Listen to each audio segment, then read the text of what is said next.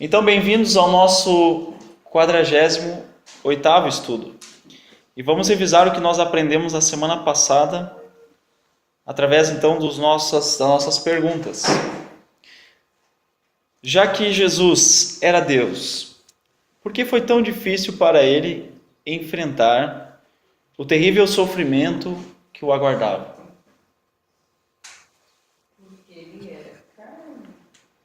Vocês devem lembrar que lá no Getsemane, aquele jardim, Jesus se angustiou, se entristeceu, ficou aflito. Por quê? Por que ele ficou tão aflito? Porque Jesus também era homem. Mesmo sendo Deus, ainda ele era homem. E como homem, ele estava aflito pelo que ele iria enfrentar. E nós veremos hoje o que Jesus iria enfrentar. O que o deixou tão aflito. Quem estava impulsionando Judas e os líderes judaicos a prenderem e matarem Jesus? Satanás, o grande inimigo de Deus. Ele estava com isso buscando acabar com o plano de Deus de salvar o homem. Jesus alguma vez pecou? Não, Jesus jamais pecou. O que os profetas falaram sobre as testemunhas que falaram contra Jesus? Os profetas já haviam falado que essas testemunhas agiriam de uma forma. Elas iriam dar testemunhos falsos, falar mentiras, inventar coisas a respeito do libertador, e foi o que aconteceu com Jesus. O que Jesus disse diante das mentiras contra ele? Não disse nada. Jesus ficou calado. O que Jesus respondeu quando lhe perguntaram se ele era o Cristo, Filho de Deus? Sim, eu sou. Ele não negou, não deixou encoberto, disse claramente. Por que o sumo sacerdote e os outros líderes judaicos sentenciaram Jesus à morte?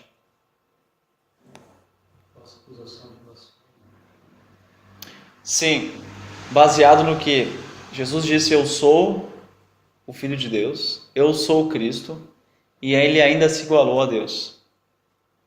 Então eles consideraram isso, naquela sentença, uma blasfêmia. Mas a verdade é que eles tinham inveja de Jesus. Queriam apenas calar Jesus. Queriam apenas matá-lo. O que eles fizeram a Jesus, que os profetas já tinham escrito a respeito? Cuspiram em seu rosto. O que mais? Lhe açoitaram. Os profetas já haviam dito isso. O que mais fizeram a Jesus antes de o crucificarem? Surraram ele. Pedro negou ele por 3 vezes. Os discípulos o abandonaram. O próprio Pedro negou. O que mais? Zombaram dele como? Colocando uma coroa de espinho. Tiraram a roupa dele. Se ele era mesmo filho de Deus, por que não se livravam daquilo ali? Eles zombaram dele nesse sentido, né? Tiraram sua roupa, colocaram nele um manto, como de um rei. Lhe colocaram uma coroa, mas de espinhos. Lhe batiam na cara, no rosto, né? Na sua cabeça com aquela vara. E ainda o adoravam falsamente, dizendo: salve o rei dos judeus. O que a coroa de espinhos nos faz lembrar? A maldição de Deus. Qual maldição? Quando é que Deus sentenciou? Quando é que Deus lançou essa maldição? Quando o homem pecou, Deus amaldiçoou a terra dizendo que ela agora produziria espinhos. Os espinhos eram um resultado da maldição de Deus por causa do pecado. E Jesus sofreu por essa maldição do pecado. Tudo o que acontece aqui, embora a gente veja que é realmente muito cruel, é inesperado para todos, não era inesperado para Jesus. Não surpreendeu a Deus. Tudo isso Deus já havia dito, inclusive. E nós veremos hoje muitas coisas que foram ditas a respeito de de Jesus antes de acontecer. Então nós veremos hoje, em nosso estudo, dentre todos os estudos até aqui, os 47 que nós já tivemos, esse, sem dúvida, é o mais importante. Nesse estudo nós temos o dia mais importante, mais sublime de toda a história da humanidade. O que nós vamos estudar hoje é para vocês, é para mim, é para o mundo inteiro. Por isso, prestem muita atenção. Nós vamos entender por que Jesus ficou tão aflito no jardim do Getsemane. Nós vamos entender muitas coisas essa noite. Muitas coisas finalmente farão sentido. Nós vamos entender como Jesus fez para que o justo Deus, que não pode perdoar o pecador, nos perdoasse e nos aceitasse, ainda pecadores. Tudo isso nós entenderemos nessa noite, se Deus quiser. O que nós vimos na semana passada, então, foram os sofrimentos que Jesus estava tendo, enfrentando diante dos líderes e diante dos oficiais romanos, os soldados. E o que nós vimos aqui no relato de Marcos 15 é que os soldados zombam de Jesus e humilham. E nós encerramos então no versículo 19 na semana passada. Por isso vamos partir no 20, onde nós paramos. Então você pode abrir em Marcos capítulo 15, versículo 20. Vou ler o 19 enquanto vocês procuram para relembrar. Batiam-lhe na cabeça com uma vara e cuspiam nele. Ajoelhavam-se e lhe prestavam adoração. Versículo 20. Depois de terem zombado dele, tiraram-lhe o manto de púrpura e vestiram-lhe suas próprias roupas. Então o levaram para fora, a fim de crucificá-lo. Certo homem de Cirene, chamado Simão, pai de Alexandre de Rufo, passava por ali, chegando do campo. Eles, os soldados, o forçaram a carregar a cruz. Levaram Jesus ao lugar chamado Gólgota, que quer dizer lugar da caveira. Jesus então é levado pelos soldados a esse lugar chamado Gólgota, que significa lugar da caveira.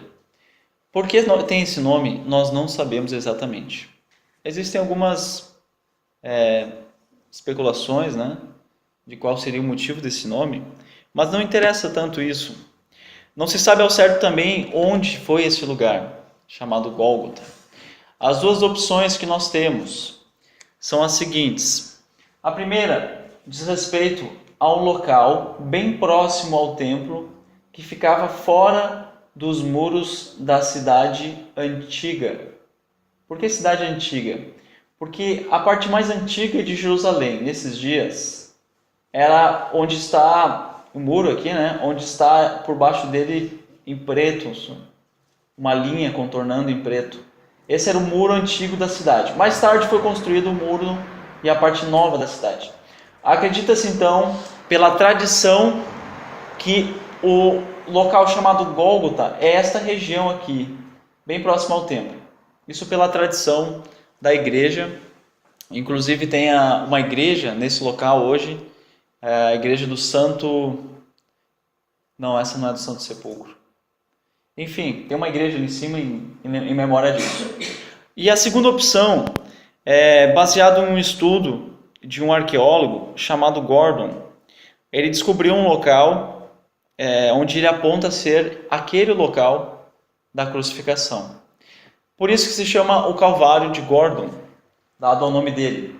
E ele fica aqui no nosso mapa da antiga Jerusalém, não mostra, mas ele fica mais aqui ao norte, nessa região aqui, para fora inclusive da cidade nova, né, de Jerusalém.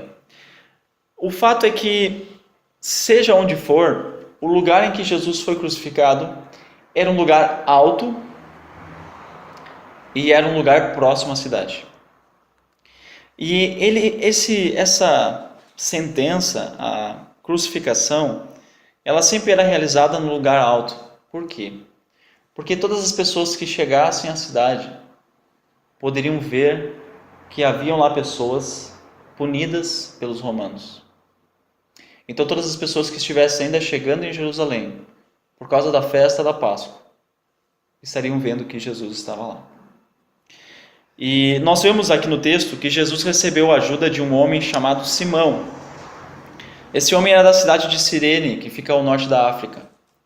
E ele provavelmente estava chegando da cidade de Cirene em Jerusalém.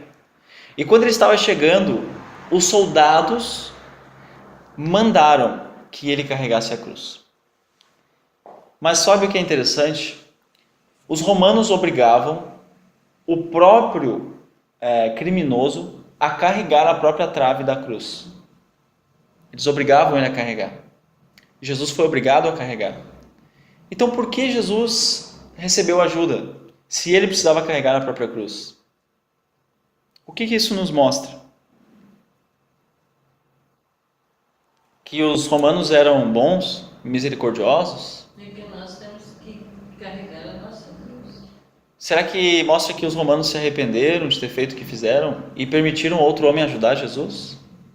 Não tinha força para isso. Jesus estava tão debilitado por causa do castigo que ele recebeu, do flagellum, aquela série de chicotadas, né? De açoites. Estava tão debilitado por não dormir a noite inteira, por sofrer tanto, que ele não conseguiu carregar a própria trave. E por isso, apenas por isso, os soldados deixaram alguém ajudar Jesus. Inclusive, outro evangelho vai nos dizer que este homem carregou a cruz, a trave, só a parte que prendia os braços. Ele mesmo carregou e Jesus ia à frente deste homem. Agora, a história nos conta algo impressionante. Esse homem, chamado Simão, ele creu em Cristo. Embora até aquele momento ele não cresce, talvez nem conhecesse Jesus pessoalmente. Ele creu. E é esse o motivo de nós termos aqui o relato de que ele era pai de quem? De Alexandre de Rufo. Quem é esses? Nós não sabemos, mas as pessoas que receberam esse livro de Marcos sabiam quem eles eram. Sabiam quem era Alexandre de Rufo? Eram pessoas conhecidas da igreja, em Roma, onde provavelmente Marcos escreveu essa carta, esse livro. Então, esse homem e a sua família vieram a crer em Jesus. Jesus finalmente então chega ao local da sua crucificação e ele recebe a oportunidade de ter a dor dele amenizada. Vejamos, no versículo 23. Então, lhe deram vinho misturado com mirra, mas ele não o bebeu. O que era isso? O que era mirra? O que era essa mistura? A mirra era a seiva de um arbusto da região. Essa seiva ela era misturada com vinho. E essa mistura formava uma espécie de anestésico. Hoje nós temos muitos tipos de anestésicos, remédios para dor, mas naqueles dias não havia isso. O recurso que tinha era esse. A pessoa tomava aquilo, ela perdia os sentidos e também ela não sentia tanta dor. Quem fazia isso? As mulheres de Israel, as mulheres judias. E elas faziam isso por misericórdia dos homens que eram crucificados. Elas preparavam isso para diminuir a dor deles. E os romanos deixavam eles tomar. Mas quando ofereceram para Jesus esse diminuidor de dor, esse anestésico, o que Jesus fez? Rejeitou. Por quê? Porque Jesus era orgulhoso? Não. Por que então? Porque Jesus queria estar muito consciente de tudo que ele ia enfrentar na cruz. Ele queria ter plena consciência do que estava acontecendo e do que ele estava sentindo. Era esse o modo que Jesus precisava passar por esse sofrimento. Agora, o versículo que nós vamos ler, ele fala de uma maneira muito rápida e simples, algo muito cruel, algo terrível que os romanos fizeram. Versículo 24. Percebam como é rápido e breve. Versículo 23 diz que ele não bebeu. Versículo 24, e o crucificaram. É só isso que diz sobre a crucificação. Dividindo as roupas dele, tiraram sortes para saber com o que cada um iria ficar. Na crucificação, cravos ou pregos grandes atravessavam os pulsos dos criminosos, não a mão, os pulsos, e também os 2 tornozelos. A arqueologia nos mostra que um homem foi encontrado, inclusive, com os pregos, esses cravos, nos tornozelos, vindo pela lateral. E não como nos mostra a tradição, os 2 pés juntos e um cravo atravessando os 2 pés. Seja como for, seja pela lateral, os 2 pés juntos, a situação é a mesma. Uma indescritível dor. E depois de fixarem Jesus com todo o peso do seu corpo nessa madeira, eles levantam a cruz e ela desce com impacto. Consegue imaginar a dor? Jesus fixo naquele madeiro foi levantado e ali ele estava em cima de um poste de madeira. Jesus foi levantado. Isso faz vocês lembrarem de algo? E uma certa noite um homem teve uma conversa com Jesus. O nome dele era Nicodemos, um fariseu, talvez o maior mestre em Israel. E esse homem conversando com Jesus sobre o novo nascimento, o estudo que nós tivemos aqui, Jesus começa a explicar para ele o plano de Deus. E nesse plano de Deus, já no Antigo Testamento, haviam algumas indicações. Jesus diz que, assim como Moisés levantou um poste com a serpente de bronze lá em Israel, há tantos anos atrás, da mesma forma, Jesus, o Filho do Homem precisava ser levantado. Mas para quê? Por que o Filho do Homem precisava ser levantado assim como aquela serpente? E Jesus diz, por quê? Para que todo que nele crer, o quê? Tenha vida eterna. É por isso que ele precisava ser levantado. Para todo que nele olhasse, fosse salvo. É impressionante ver que 1000 anos antes de Jesus passar por isso que ele passou na cruz, Deus já havia falado por meio de Davi que o libertador sofreria o que Jesus sofreu.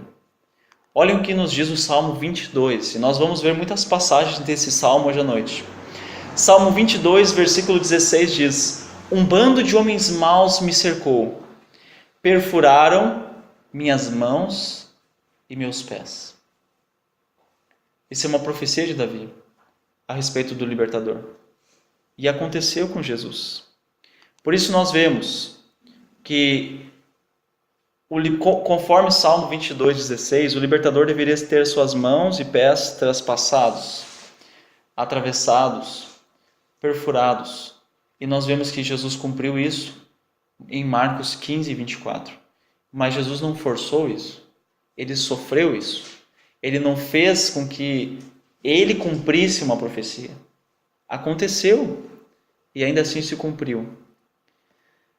Nós também vemos nesse mesmo salmo, no versículo 18, o que nós vimos aqui, no versículo 24. Olha o que diz: dividindo as roupas dele, tiraram sortes para saber com o que cada um iria ficar. Olha o que diz o salmo 1000 anos antes de Jesus: dividiram as minhas roupas entre si e tiraram sortes pelas minhas vestes. Os romanos faziam isso porque sempre que alguém... As roupas naqueles tempos não eram fáceis de ter como nós temos hoje. Eram caras. Era muito difícil você ter roupas. Então os soldados faziam o quê? Roubavam do crucificado e dividiam entre eles. Mas como Jesus havia uma peça que não tinha divisórias, uma túnica que não tinha nenhuma emenda, eles falaram: não vamos rasgar, vamos tirar a sorte. E tiraram a sorte para dividir. e assim cumpriram, sem eles saberem, mais uma profecia em relação ao libertador. O libertador deveria então ter as suas roupas lançadas sorte, e nós vimos que isso aconteceu com Jesus. Continuando nos versículos 25 e 26. Eram 9 horas da manhã quando o crucificaram, e assim estava escrito na acusação contra ele: o Rei dos Judeus. Uma placa normalmente era colocada acima da cabeça dos criminosos que eram crucificados. Aqui nós temos a ilustração, uma placa que foi escrita em 3 línguas. Foi escrito em grego, que era a língua universal daqueles tempos, como o inglês, o latim, que era a língua do Império Romano, e não sei se o aramaico ou hebraico. Foi em hebraico, obrigado. Que era a língua do povo judeu. Por que o aramaico me confundi? Porque o povo judeu também falava uma espécie de variação do hebraico, que era como um hebraico popular, assim, era o aramaico. Mas enfim, foi escrito em hebraico para o povo judeu também ler. E nessa placa, que ficava acima do criminoso, ali ficava escrito o motivo da sua condenação. Todas as pessoas que eram crucificadas, elas tinham identificação. Esse homem está sendo crucificado por causa disso. O que nós vemos na placa de Jesus? Qual é o crime que ele cometeu? Que crime é esse?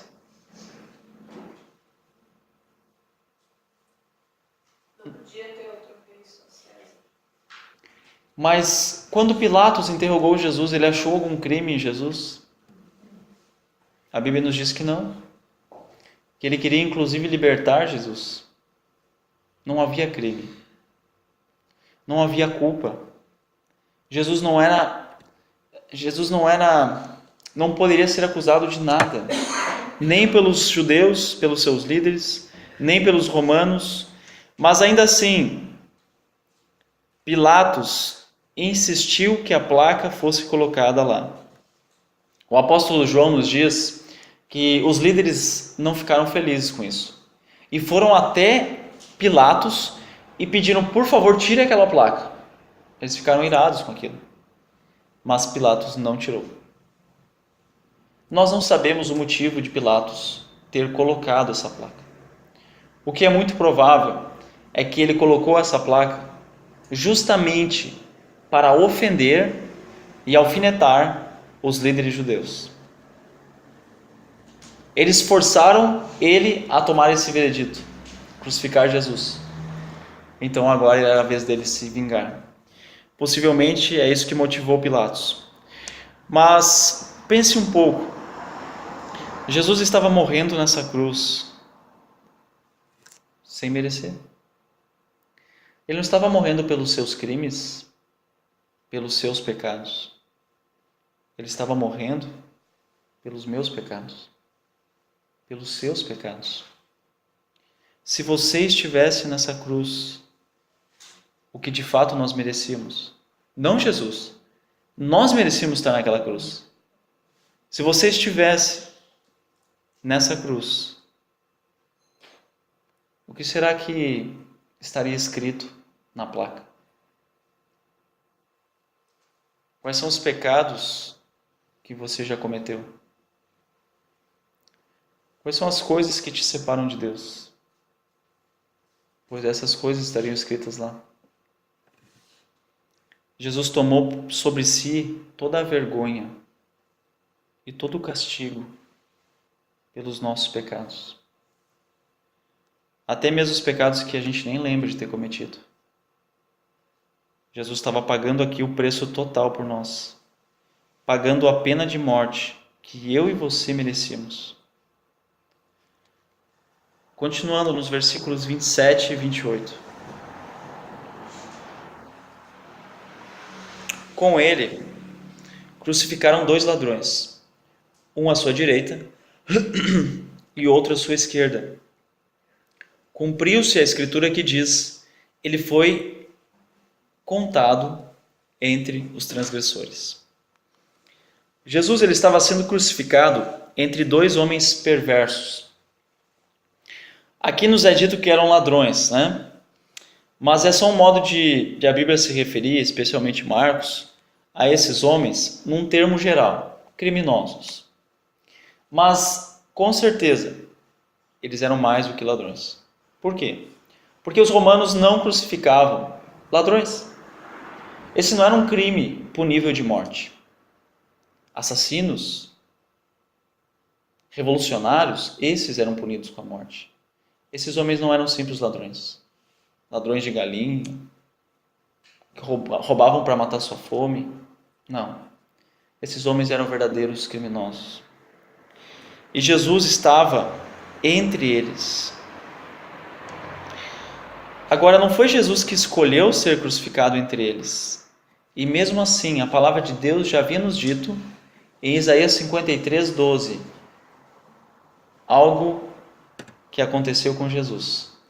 Porquanto ele derramou sua vida até a morte, e foi contado entre os transgressores, pois ele carregou o pecado de muitos e intercedeu pelos transgressores.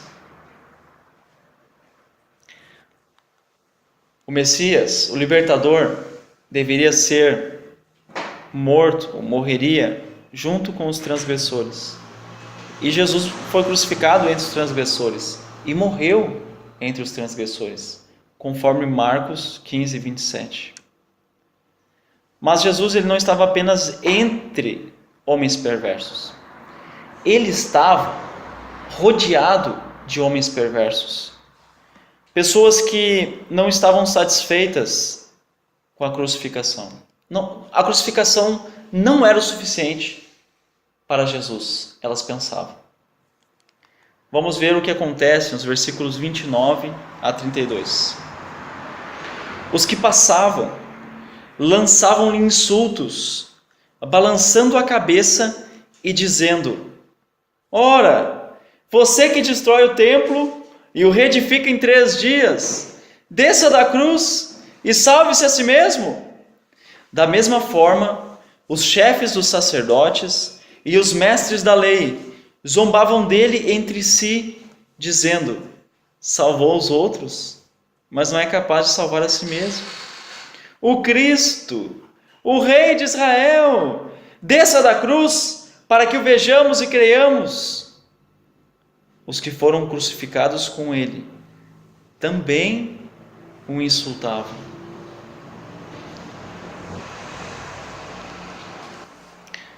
Embora isso possa nos deixar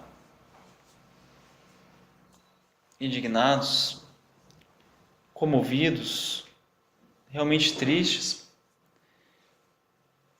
Davi, o rei Davi já havia escrito no Salmo 22 também, que Jesus passaria por isso. Mas eu sou verme e não homem, motivo de zombaria e objeto de desprezo do povo.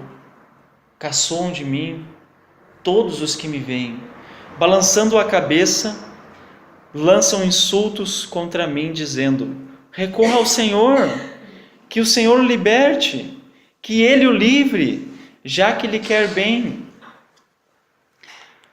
O Messias, o libertador, seria zombado e insultado. E nós vemos que isso aconteceu com Jesus. E isso estava fora do seu controle. E como eu disse no início, nós estamos estudando hoje o evento mais importante da história da humanidade. Esse evento foi o evento que os profetas de Deus já haviam predito. Inclusive, os profetas já haviam falado que o libertador passaria por isso. E nós vemos que Jesus é esse libertador. E o nome de Jesus significa Deus salva.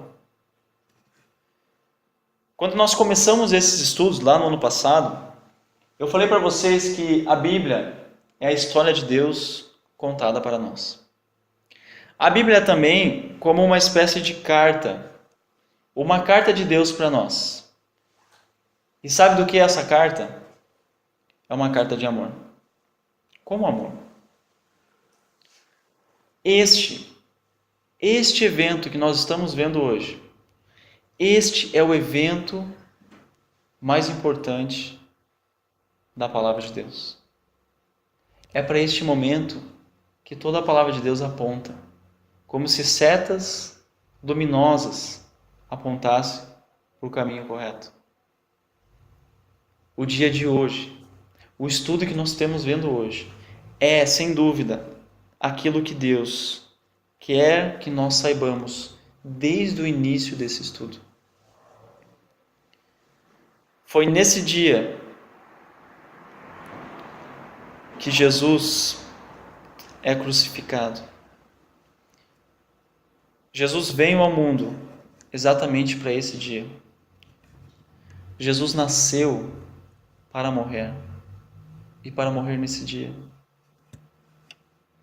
O Natal que nós lembramos não tem nenhum sentido sem a Páscoa, que nós também estamos lembrando pela crucificação de Jesus. A morte de Jesus era o plano de Deus para a nossa salvação. Deus preparou tudo para esse dia. Tudo Ele preparou. E Ele preparou tudo para esse dia, para que nós pudéssemos ser libertos para sempre de Satanás. Para que nós pudéssemos ser libertos para sempre do pecado. Para que nós pudéssemos ser libertos para sempre da morte. Mas havia um grande problema para o Senhor poder nos perdoar. O pecado tem que ser pago. Deus é justo. Nós já vimos isso aqui. A Bíblia nos diz que Deus também é um juiz. Deus um dia julgará todas as pessoas. Ele é o único que tem essa autoridade. Ele é o nosso dono, o nosso Criador. Agora eu quero que vocês imaginem o seguinte. No julgamento, diante do trono de Deus está uma pessoa. E essa pessoa é uma mentirosa, é uma adúltera, essa pessoa é assassina e é idólatra. Imaginem essa pessoa. E Deus estaria julgando ela. E Deus diz: você já mentiu, você já cobiçou, você já odiou, você já amou outras coisas acima de mim. Por isso você é culpado. Você merece ficar distante de mim para sempre, no lago de fogo. Você me ofendeu incontáveis vezes, tantas vezes que você não consegue nem contar. Mesmo eu lhe tratando com bondade, todos os dias renovando a minha misericórdia. A recompensa justa para todos os seus pecados é a morte eterna. Mas saiba de uma coisa, eu te amo e não vou fazer o que é justo. Eu vou te perdoar. Pergunto, Deus seria justo se fizesse isso? Vocês viram quanto essa pessoa é culpada? E aí Deus de repente diz: eu te amo, eu não vou ser justo, eu decido te perdoar em vez de ser justo. Deus, Ele não pode deixar de ser o que é. Deus não pode deixar de ser santo. Ele não pode deixar de ser justo, nem juiz. Por isso Deus não pode perdoar alguém pelo fato de Ele amar. Não duvida que Deus ama o pecador. Mas Deus não pode perdoar simplesmente um pecador porque ele se arrepende. Ah, mas se arrependeu. Não interessa. O pecado precisa ser pago. Saibam de uma coisa. É por causa disso que Jesus estava preso naquela cruz. Porque o pecado tem que ser pago. Ele tomou o nosso lugar. E Ele foi castigado por causa dos nossos pecados. A pessoa que deveria estar diante de Deus nesse julgamento era eu e você.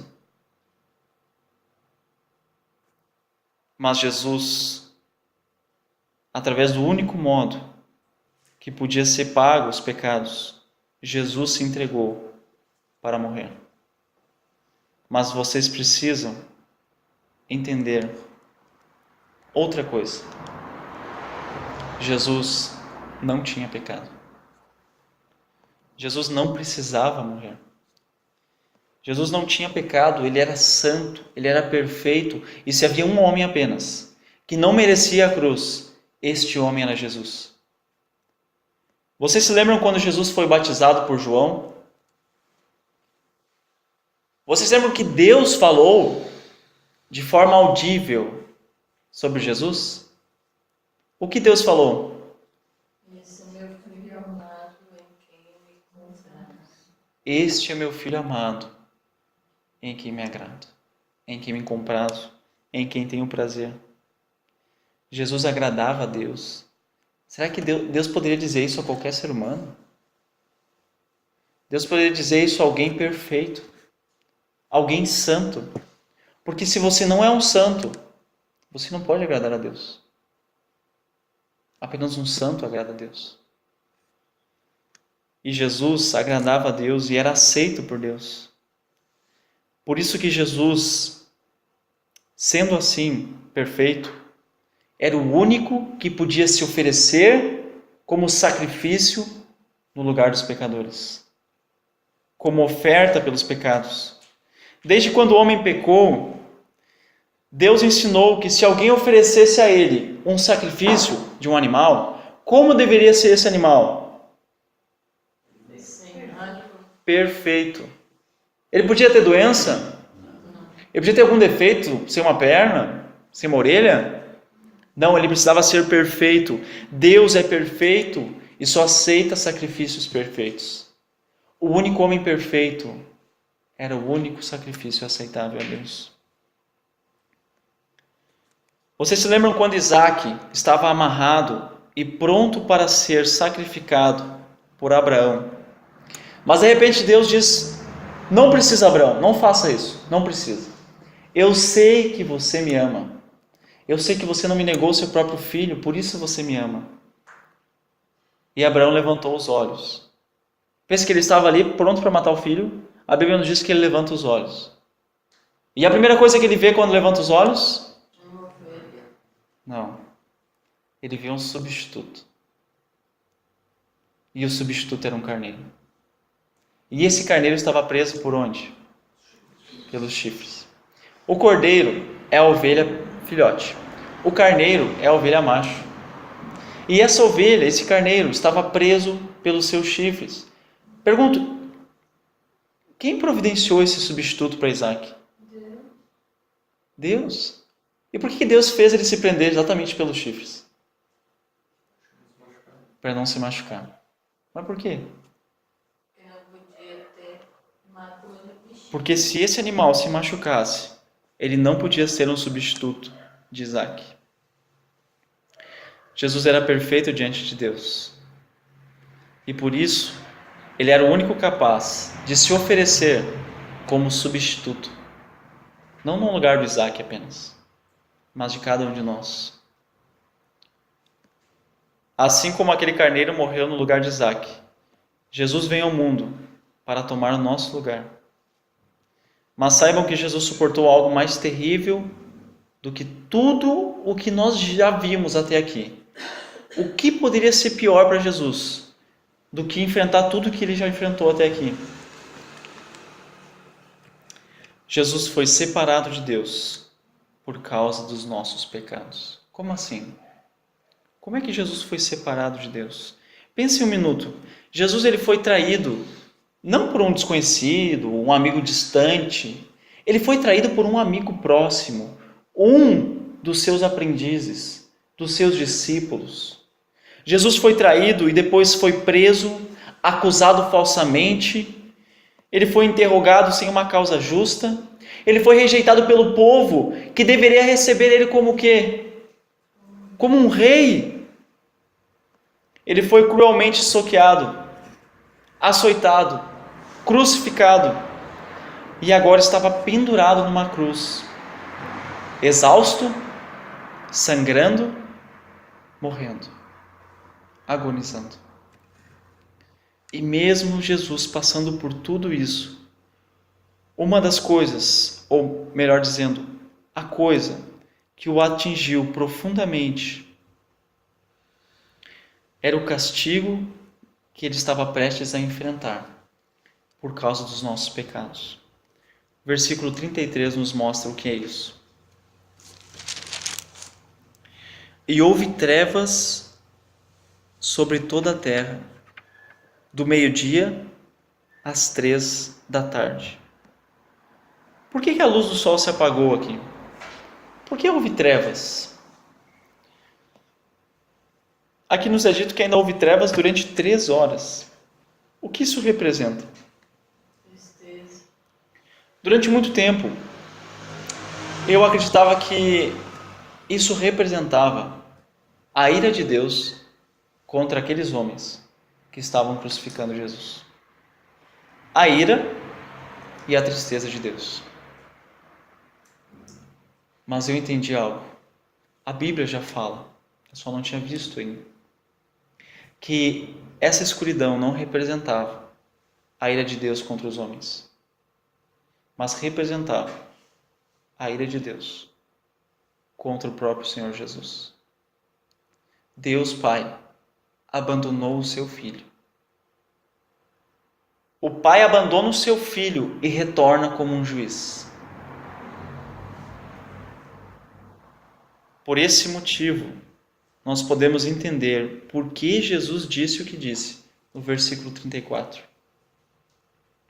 Por volta das 3 horas da tarde, quando estava encerrando esse tempo de escuridão, o tempo de vida de Jesus, Jesus está próximo da sua morte, ele bradou em alta voz: Eloi, Eloi, lama sabachthani, que significa: meu Deus, por que me abandonaste? Em meio à sua solidão, Jesus se dirige a Deus com o versículo 1 do Salmo 22. É exatamente isso que diz o Salmo 22 no versículo 1. Deus meu, por que me abandonaste? E esse salmo começa dessa forma. E depois ele descreve todas as tristezas e sofrimentos que passaria o libertador. Mas Jesus faz essa pergunta, não como uma pergunta a Deus. Ele sabia exatamente porque Deus havia o abandonado. Agora a pergunta é, não porque Jesus perguntou isso, porque Deus fez isso. Porque Deus Pai realmente abandonou Jesus. Jesus sempre obedeceu à vontade do Pai. Jesus sempre observou, ou seja, cumpriu toda a lei de Deus. Tudo que Deus ordenou aos homens, Jesus realizou. Jesus abriu mão, inclusive, da sua vida para obedecer ao seu Pai. Por que Deus abandonou ele dessa forma? O único homem que agradava a Deus, Deus fez isso. Será que isso é agradar a Deus? Esse é o resultado? Abandono? Jesus enfrentou esse abandono porque ele estava sendo castigado por Deus, por causa dos meus pecados e por causa dos seus pecados. E durante esse tempo na cruz de 3 horas, Jesus foi separado de Deus Pai. O pecado nos separa de Deus. O pecado, inclusive, vai nos separar eternamente de Deus. Mas Jesus, para sofrer por nossos pecados, ele experimentou esse afastamento de Deus durante o tempo que esteve na cruz. Jesus, com isso, ele sofreu o castigo completo pelos nossos pecados, para que nós pudéssemos ser perdoados e aceitos por Deus, e assim não enfrentarmos separação eterna de Deus. 3 horas foram o suficiente para Jesus, pela primeira vez, dizer um ai. Essa expressão em português representa a dor. Jesus, ele não disse nada quando o acusaram. Quando lhe bateram, quando lhe cuspiram, quando lhe bateram na cabeça, quando o humilharam, quando deixaram ele nu, ele não disse nada. Mas 3 horas de abandono na cruz foram suficientes para Jesus se dirigir a Deus em grande tristeza e lamento. Isso sim é o que fez Jesus sofrer na noite anterior. Ele jamais esteve afastado do Pai. E agora ele enfrentou isso. Toda a ira de Deus, por causa dos nossos pecados, caíram sobre Jesus. Quando Deus criou o homem, ele deu apenas uma ordem ao homem: não coma do fruto da árvore do conhecimento do bem e do mal, porque do dia em que dela comer, você vai morrer. A morte de Adão, como a gente já aprendeu, ela representaria o que de fato aconteceu na separação de Adão de Deus. Deus era a fonte de vida de Abraão. Assim como esse galho secou, ele não era assim quando eu peguei ele. Eu peguei ele da árvore, ele era verde, tinha muitas folhas, mas ele morreu. Ele foi separado da fonte de vida. Adão foi separado da sua fonte de vida, que era Deus, e com isso ele morreu fisicamente. Mas não só a morte física ele enfrentou, ele teria que enfrentar também a separação eterna de Deus, num lugar de castigo. E esse lugar de castigo era preparado para Satanás e os seus anjos, não para o homem, mas por causa do pecado de Adão. Todos nós, todos os homens, estamos separados de Deus. O pecado que nós cometemos diariamente contra Deus precisa ser pago com essa separação. E foi por isso que Jesus ficou separado de Deus. Era o único modo de pagar pelos nossos pecados. Por isso que Jesus na noite anterior diz: Pai, se é possível, afasta de mim esse cálice. É demais para mim. Vejamos a reação das pessoas que estavam aos pés da cruz. Quando alguns dos que estavam presentes ouviram isso, disseram: ouçam, ele está chamando Elias. Um deles correu, embebeu uma esponja de vinagre, colocou na ponta de uma vara e deu a Jesus para beber. E disse: deixem-no, vejamos se Elias vem tirá-lo daí. Mais uma vez, as pessoas não entenderam o que Jesus disse. Jesus falou diretamente com Deus e eles pensavam que ele estava pedindo ajuda de Elias. Eles não entenderam e usaram essa oportunidade mais uma vez para zombar de Jesus. Nem diante da morte eles tiveram compaixão de Jesus. E essa foi a última maldade que fizeram contra o Senhor. Versículo 37. Versículo 37 nos diz: mas Jesus, com um alto brado, expirou. Pessoal, expirar é soltar todo o ar. Os evangelhos nos dizem que Jesus nesse momento entregou o seu espírito. Jesus morreu. O autor da vida morreu. E Marcos nos diz apenas que ele deu um alto brado e morreu. Vocês lembram das palavras, ou melhor dizendo, da palavra megas, grega, a palavra grega megas? Mega é grande. Aí que está. A palavra que nós temos em português, mega, ela vem da palavra grega megas, Vou recordar então, refrescar as suas memórias. Quando Jesus nasceu, alguns pastores estavam no campo. Então apareceu um anjo a esses pastores. E eles ficaram megas assustados. O anjo disse: não se assustem, porque eu estou trazendo uma mega notícia. Megas, desculpe, a palavra é megas. Hoje, na cidade de Davi, lhes nasceu quem? O Salvador, Cristo, o Senhor. A palavra megas significa, em grego, uma palavra em português para enorme, muito grande. É uma palavra que usa realmente a maior expressão de grandeza, muito grande. E Jesus aqui, em grego, nos diz que ele enviou uma palavra muito grande. O que quer dizer isso? Que Jesus gritou em voz muito alta. Uma voz enorme, Jesus falou. E o que será que Jesus falou com a voz enorme, amplamente expandida?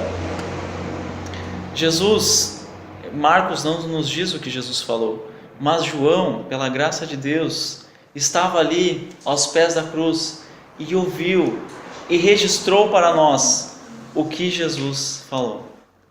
O que ele disse foi: está consumado. E ele não falou isso, ele gritou isso: está consumado. O que será que significa isso? O que Jesus quer dizer com isso? Será que ele está dizendo assim: eu estou consumido, acabou, já era para mim? É isso? Consumido não é o mesmo que consumado. Consumado é a mesma coisa que concluído. Está concluído. O que está concluído?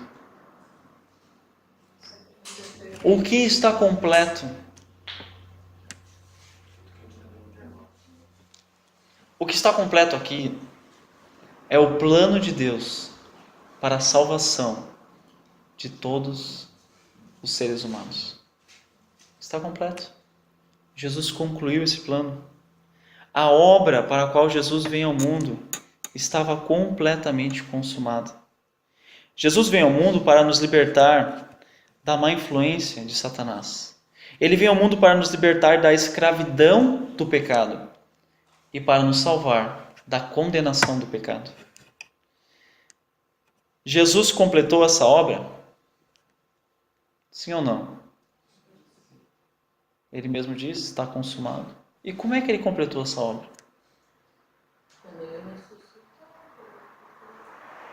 A gente aprendeu alguma coisa sobre Jesus ter ressuscitado agora? Ele disse que está consumado. Como foi que ele consumou, concluiu? Como é que ele concluiu o plano de Deus para a salvação dos homens? Morrendo sem pecado. Sendo um sacrifício, morrendo por nós. Vertendo o seu sangue, tendo o seu corpo destruído, sendo separado de Deus na cruz e, enfim, morrendo. Portanto, Jesus pagou tudo o que era necessário pelos nossos pecados. Estava concluído. Jesus fez tudo o que era necessário para nos libertar e nos salvar.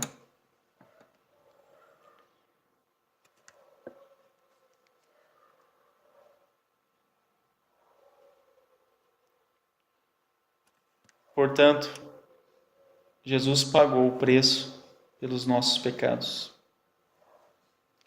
Por isso, agora, qualquer pessoa que concordar com Deus, concordar o quê? Que é pecadora, que merece condenação. É isso que Deus diz. Que não pode se salvar. Pode fazer o que quiser, mas não pode se salvar. Deus diz isso em sua palavra. E se você concordar com Deus sobre o que Ele diz sobre você, e ainda crer que o sacrifício de Jesus foi no seu lugar, foi pelos seus pecados, e Ele pagou completamente esse preço. Se você fizer isso, você será perdoado e aceito por Deus. Este é o modo de Deus nos salvar. O que era mais difícil já foi feito. Agora a salvação é um presente que custa quanto para nós? Nada. Ela vem de graça, absolutamente nada. Mas quanto custou para Jesus? Tudo.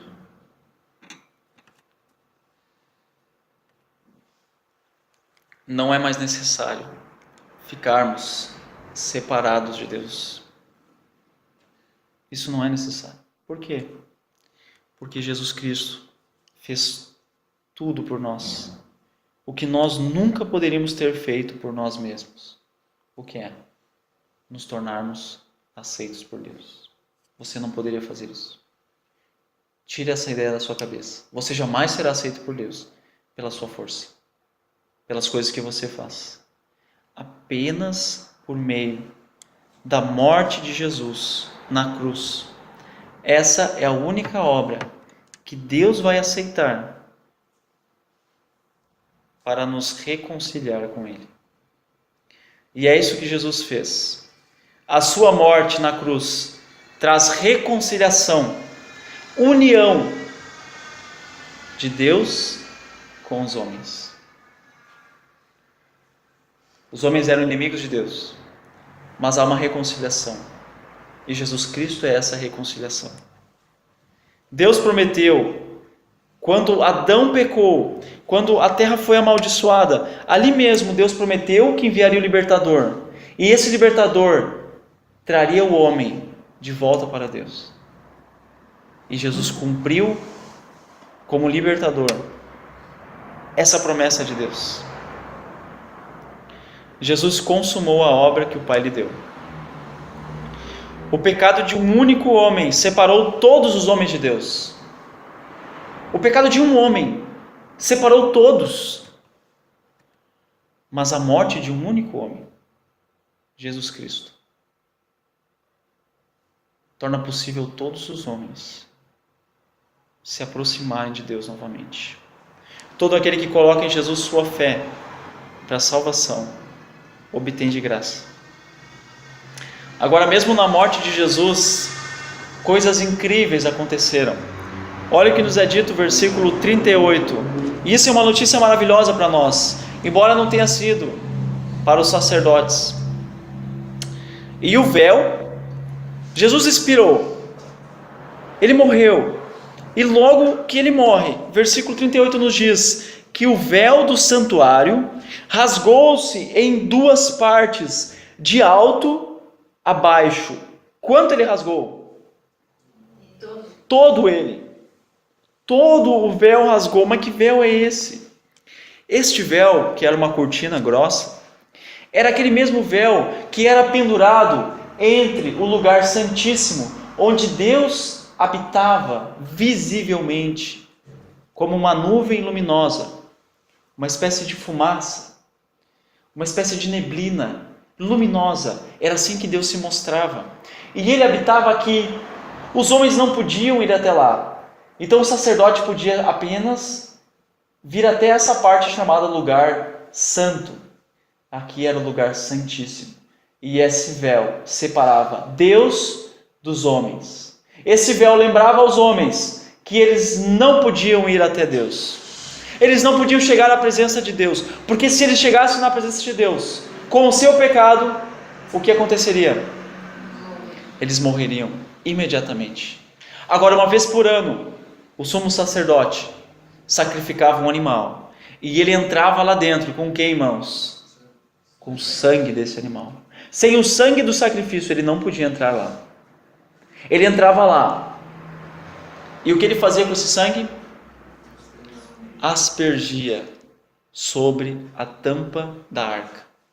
E isso cobria os pecados e adiava mais um ano a punição de Deus. Todo ano a punição de Deus era adiada. Até quando a punição de Deus foi adiada? até o sangue do Cordeiro perfeito de Deus ser derramado, aspergido. Ali, os pecados não foram mais cobertos, eles foram retirados. As dívidas que nós tínhamos contra Deus foram apagadas. Agora, o que significa dizer que esse véu se rasgou? Pessoal, quem rasgou esse véu? Deus rasgou esse véu. Vocês têm dúvida disso? Aqui diz: e o véu do santuário rasgou-se. O véu se rasgou. Foi ele que se rasgou, é isso? Deus rasgou esse véu. Mas por que Deus fez isso? Esse não era uma proteção do homem? Um aviso para os homens que não podiam entrar ali na presença de Deus? Por que Deus rasgou esse véu? Por que deixou à mostra o lugar santíssimo? Por que deixou o acesso livre para ele? Por que Deus fez isso? Porque agora nós temos acesso a Deus através de Jesus. O sacrifício de animais não era mais necessário. O sangue de animais jamais satisfez a Deus. Mas agora havia um sangue novo. Um sangue que foi derramado. Uma nova aliança. E por meio do sangue de Jesus, agora o sacrifício perfeito e aceitável a Deus, os homens tinham um caminho novo até Deus. Eles poderiam passar por aquele véu. O homem poderia novamente estar com Deus, por meio do caminho até Deus, que é quem? Jesus Cristo. Deus promete que todo aquele que concordar com Ele e confiar apenas em Jesus e no pagamento que Ele fez pelos nossos pecados, será completamente perdoado e completamente aceito por Ele. Não enfrentará separação eterna, mas comunhão eterna. Companhia eterna. Amor eterno. Prazer eterno. Por quê? Porque Deus tanto amou o mundo, que deu seu Filho unigênito, para que todo que nele crer, não morra. Mas o que então? Tem a vida eterna. A vida eterna está para quem? Para todo que crê. É só para os judeus? Quem Deus amou? Quanto Deus amou o mundo? Por que muito? Porque Deus ama. Seu único filho foi dado. Esse é o amor de Deus. Será que Deus me ama? Sim. Deus te ama. Não tenha dúvidas disso. Agora, assim que Jesus morre, acontece isso, algumas outras coisas acontecem que são inacreditáveis.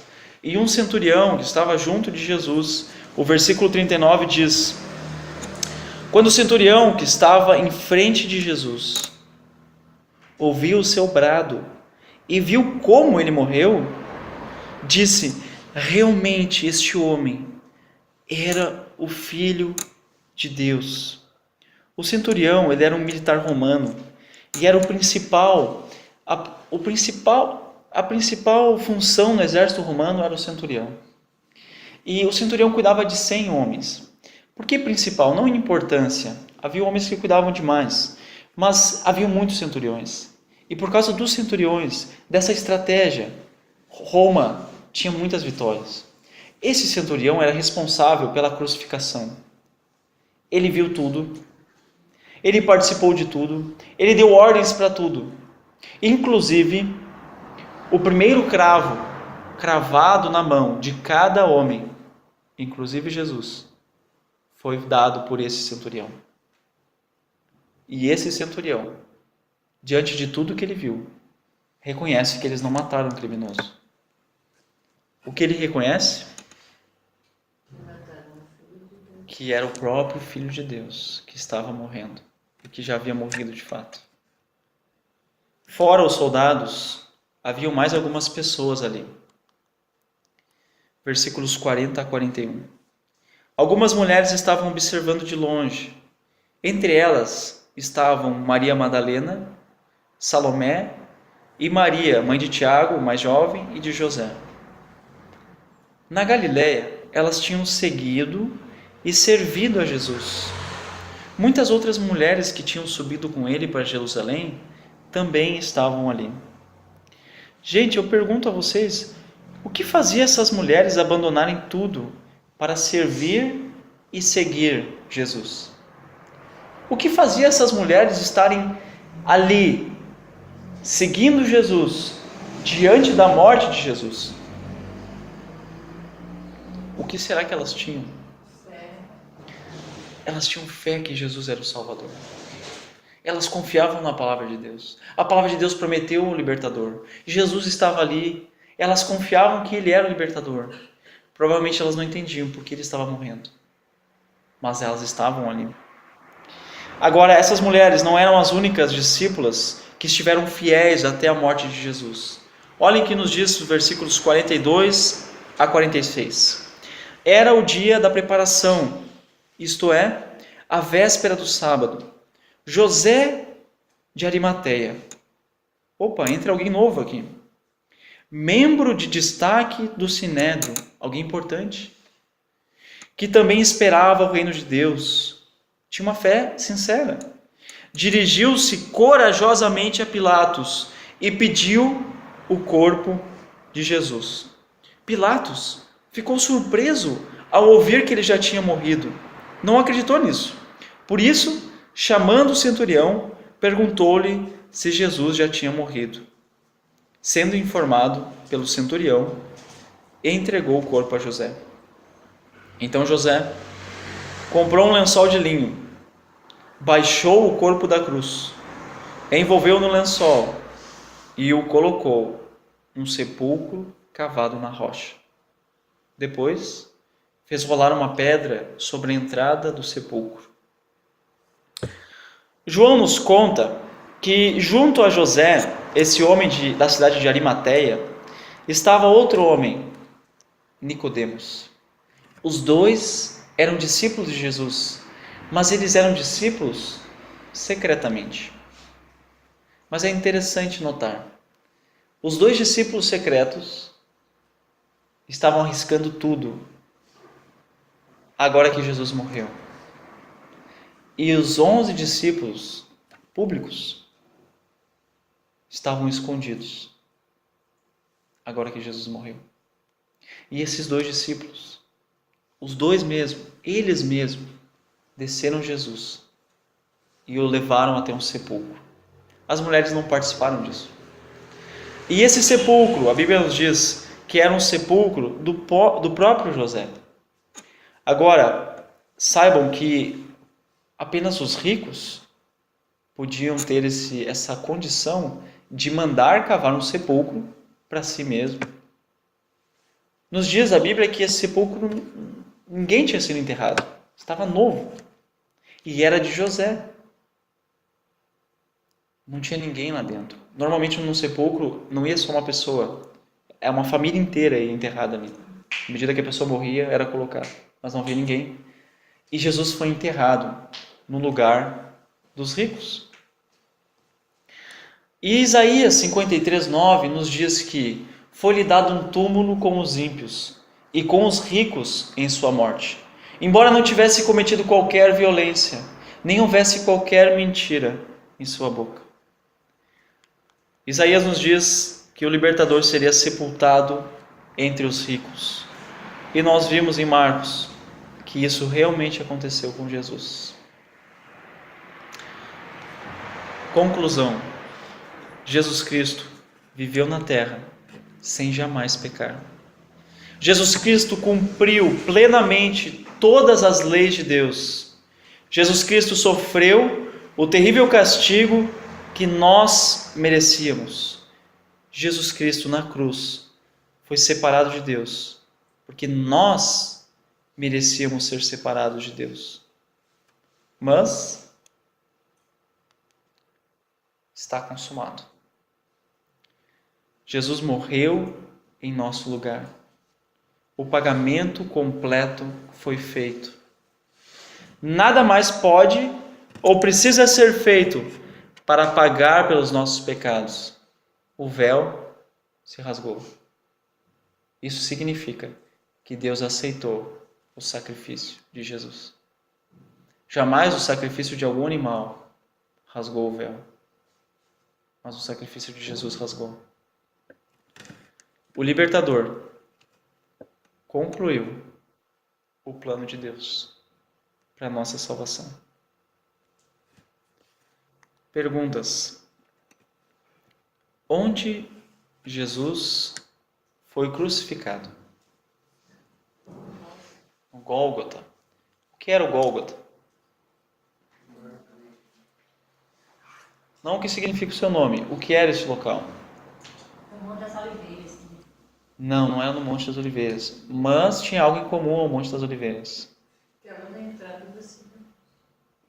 Era um lugar alto e ficava próximo à cidade. Por que Jesus foi crucificado? Porque era o plano de Deus que ele morresse Para morrer pelos nossos pecados. O que Davi escreveu que aconteceria com as mãos e os pés do libertador prometido? Traspassados ou perfurados. Por que escureceu por 3 horas enquanto Jesus estava na cruz? Porque Deus se afastou de Jesus devido aos pecados que haviam nele. Como Jesus levou sobre si o castigo pelos nossos pecados, esse era um sinal de que Deus havia se separado dele como seu Pai. O que Jesus quis dizer quando falou está consumado? Jesus concluiu a obra. Que obra? Morrer por nós. Sim, de morrer, mas que obra é essa? O plano de Deus para nos libertar e salvar. Se Jesus não tinha pecado, por que ele foi crucificado? Ele era puro. Por que ele morreu daquela forma? Porque o sacrifício a Deus tem que ser puro. Porque Deus aceita apenas um sacrifício perfeito. Jesus era perfeito. E morrendo em nosso lugar, ele precisava ser perfeito. Por quê? Deus rasgou o véu do templo Para que tivéssemos acesso a Ele. para mostrar que nós tínhamos acesso a ele. Para mostrar que os animais não eram mais necessários. Nosso estudo continua.